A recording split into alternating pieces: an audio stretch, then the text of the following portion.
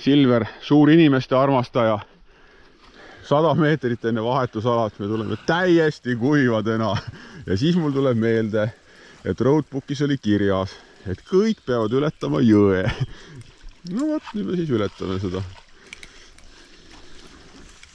Õnneks on vahetusalas kuivad riided ja teised kingad ja kõik asjad, nii et pole hullu, kui sa just ei viska kotti vette.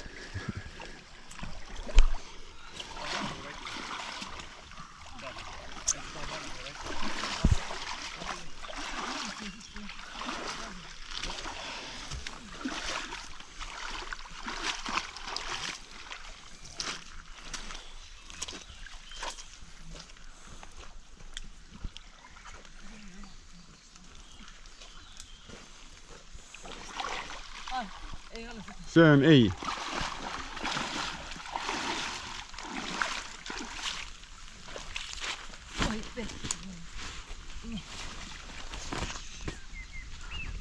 Nüüd on kohe lähedal see või? Ja siin samas kõrval kohe 100 meetrit reaalselt.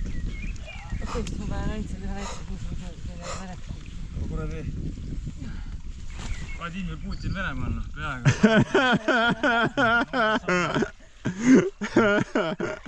Millist stseeni sa praegu meile etendad? Kas see kurgedega või siis mingi hobusega ratsutamine või? Kõiki neid korraga.